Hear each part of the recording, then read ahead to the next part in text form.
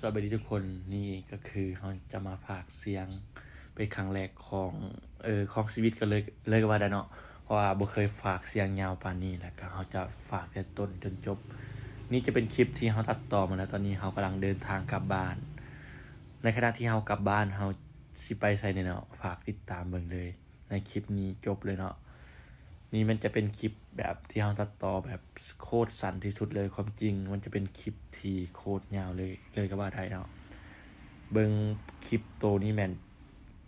คลิปล่วงหน้านะคลิปที่เขาตัดสั้นๆไปก่อนเดี๋ยวจะเจอคลิปยาวๆเนาะฝากติดตามเลยตอนนี้แม่นยูพูเนาะนี่คลิปนี้มันจะเป็นคลิปยาวเลยเนาะโคตรยาวเลยก็ว่าได้บรรยากาศโคตรดีเลย ตอนนี้แมนไปในขณะที่เข้าไปตอนนี้แมนบ่ทันหมอกแล้วปกติหันไปตั้งแต่หาโมงเช้าเนาะฮอดพุ่น6 โมงพอดีเห็นทะเลหมอกนะจะเต็มถึงพูดแต่อันนี้ไปบ่ทันเนาะตื่นสวยกินเบียร์นำหมู่คู่ก็เลยตื่นสวยเนาะแม่ปลุกกับบ่ตื่นว่านอนก่อนสุดท้ายบ่ทันคิดว่าสิทันบ่ทันทะเลหมอกแต่ก็โชคดีเนาะวิวหรือว่าบรรยากาศโอ้โห โคตรเลิศเลยอลังการโคตรสวยมากระยะแต่บ้านมามันกับบ่ไกลเนาะประมาณ3 ลัก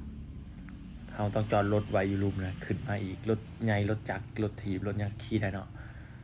แล้วแต่สะดวกเลยนี่แม่นบรรยากาศโคตรดีเลยทุกคนนี่แม่นโอ้โหมุมนี่แม่นมุม360 องศาเนาะเลยก็ว่าได้โอ้โหโคตรเท่อันนี้ไปกับน้องทรายเนาะแต่ว่าน้องทรายเรา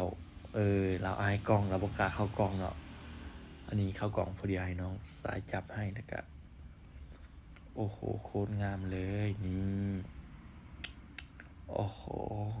ยืมเลยทุกคนผู้ใดบ่เคยไปให้ลองไปเบิ่งเนาะเดี๋ยวเฮาผู้ใดบ่จักทางเดี๋ยวเพราะว่าเคนนี่มัน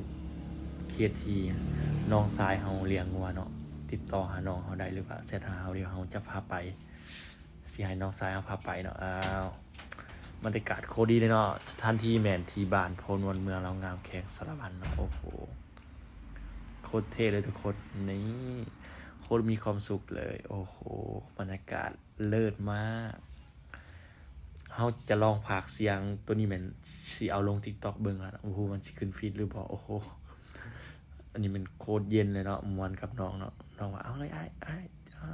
ท่านั้นท่านี้เอาถ่ายอันนี้ถ่ายรัวๆเลยความจริงคลิปมันโอ้โหโคตรน้องว่าโอ้ถ่ายลายถ่ายนี่มันคลิปที่